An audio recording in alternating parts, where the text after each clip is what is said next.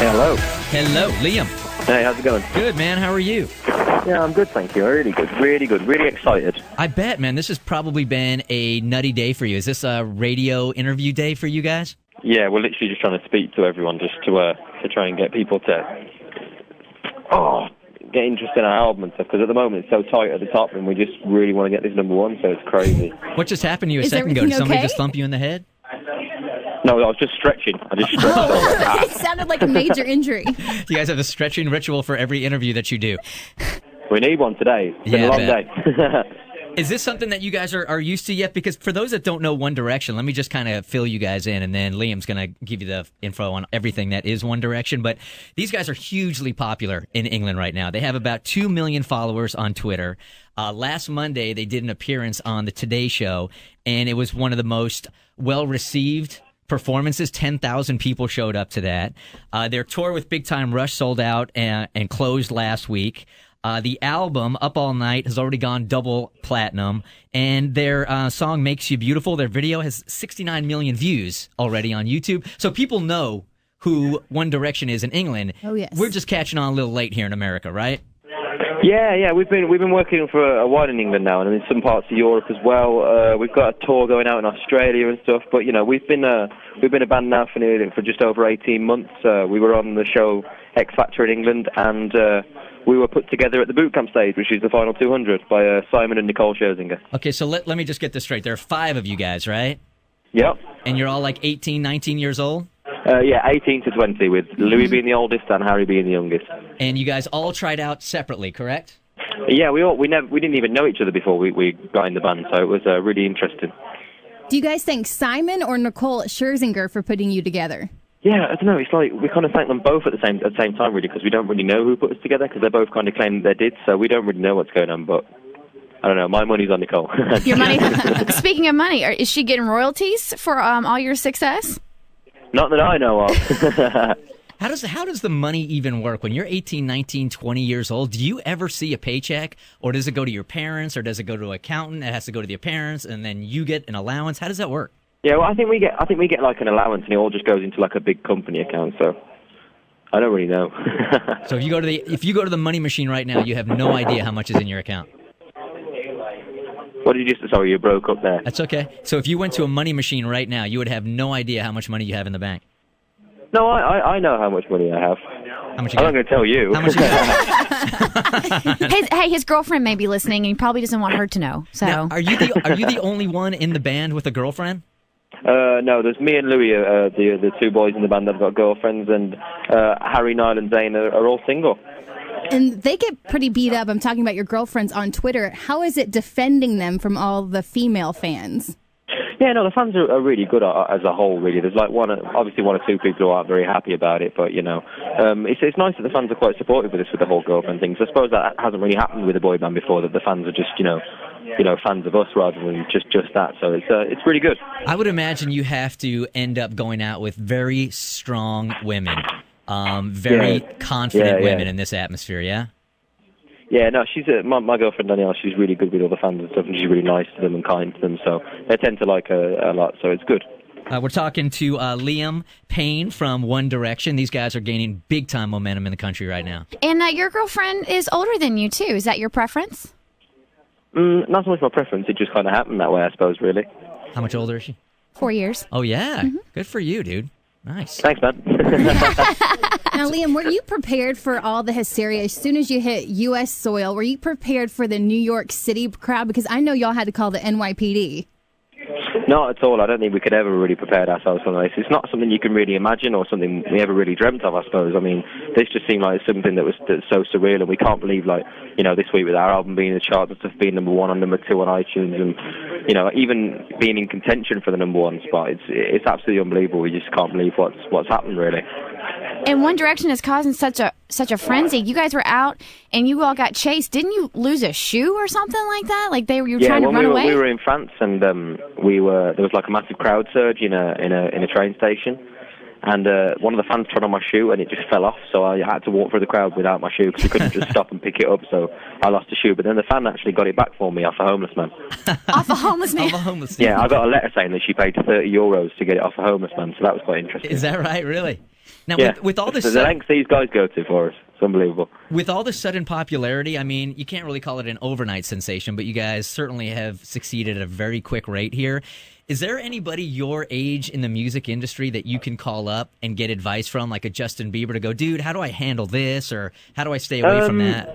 Yeah, not really at the moment. I don't think so. I think Niall speaks to Justin Bieber a little bit, but I don't think there's anybody we can really call up. You can hear Louis in the background there. No, there's not really anybody we can call up for advice at the moment. But we've got each other, so we're all going through the same thing and stuff. So we kind of just support each other. Liam, I want to ask you about your fans because I saw a video where you were comparing your UK fans to the American girls here. Who are more crazy, or should I say more confident in their hysteria?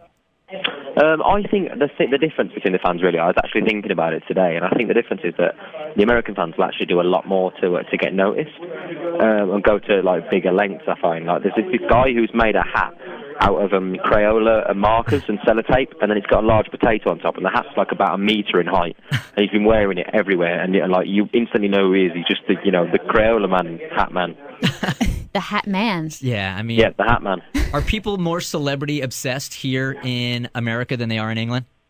Not really sure. I just think that these guys, they like wear their T-shirts and stuff, and they make their own T-shirts and all sorts of stuff. I mean, the guys in the UK do as well. So I don't know. It's really difficult to compare the two fans because they're really, really close. And, of course, we keep up with all the music reality shows here on The Burt Show. And I have to ask, just because you have dealt with Simon Cowell, why are British judges so much harsher than American judges? I don't know. I think us British guys just like to tell the truth. Yeah. There's not a lot I don't know of BS what it is. I don't think Simon's so much harsh. I just think that he just literally calls it as he sees it. I think that's what people like about him. Now, I know if I'm like a 17-year-old girl, right, and I'm a fan of yours, I want to know what I got to do to get noticed from the single guys in the band. So what advice would you give to a girl if she was interested in Harry? Make a big Crayola pen hat. No, I'm just kidding. What would you have to do to get noticed by Harry? Yeah. That's really difficult. What does he look for in a girl? What does Harry look for in a girl? He's looking for a girl who's quite funny, good sense of humour, quite cheeky, quite loud. Yeah, that sort of a girl. Okay, how about Zayn? What's he looking for in a girl? I think Zayn has always said that he likes really intelligent girls. So just do a big maths equation for him. Okay. Darn it. And I'm not sure how to pronounce this guy's name. Is it Neil or Niall? Niall. Yeah, that often gets like the River Nile. Niall. What's he looking for in a girl? Niall's the same as me, sort of. He likes some kind of like cute, shy girls who, the kind of like the girl that What Makes You Beautiful describes in the song. I suppose me and Niall like. Let's talk about the song, Yeah. and let's talk about the album because it's already doing really, really well, right? Yeah, thank you very much. Yeah, it's going amazing so far, and we're just so happy with people who are enjoying our music. And the single is What Makes You Beautiful, right? Yeah, the single's What Makes You Beautiful, which is a song about like a girl who's kind of shy and doesn't really know that she's beautiful, but you think she's really hot, so that's kind of what makes her beautiful in the end.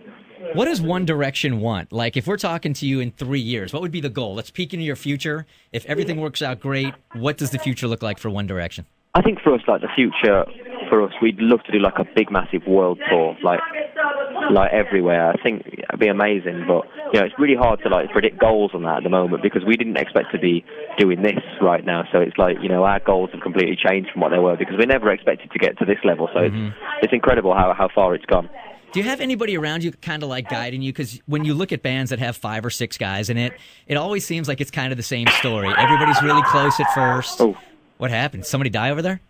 No, we're just trying to shoot film in a minute, and one of the light bulbs just blew. Oh, damn. It was really scary. That was quite scary. Was it close to you?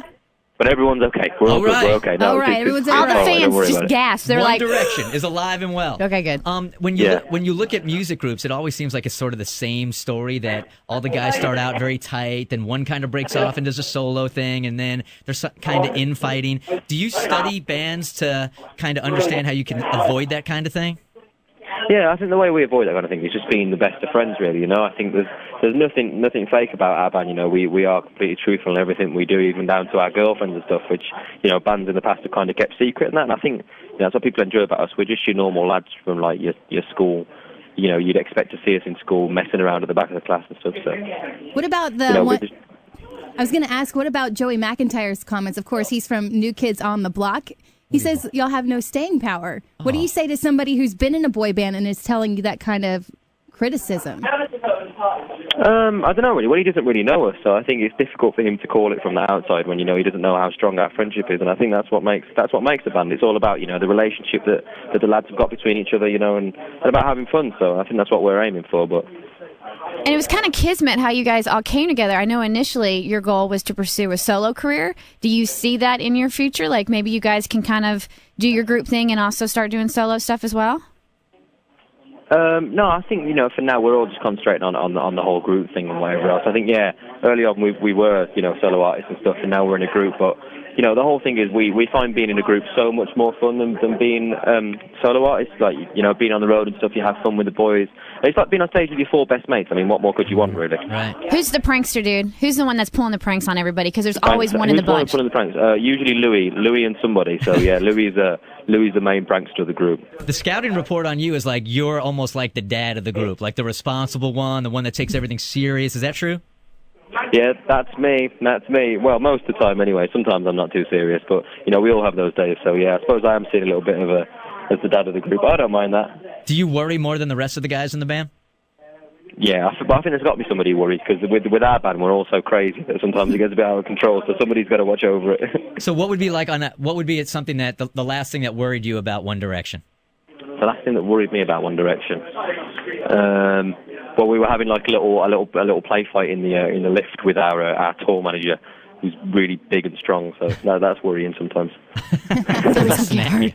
Well, good luck with everything. I mean, there certainly seems to be a whole lot of momentum. You've got Simon Cowell behind you, and everybody seems to be talking about One Direction right now. So good luck with you guys.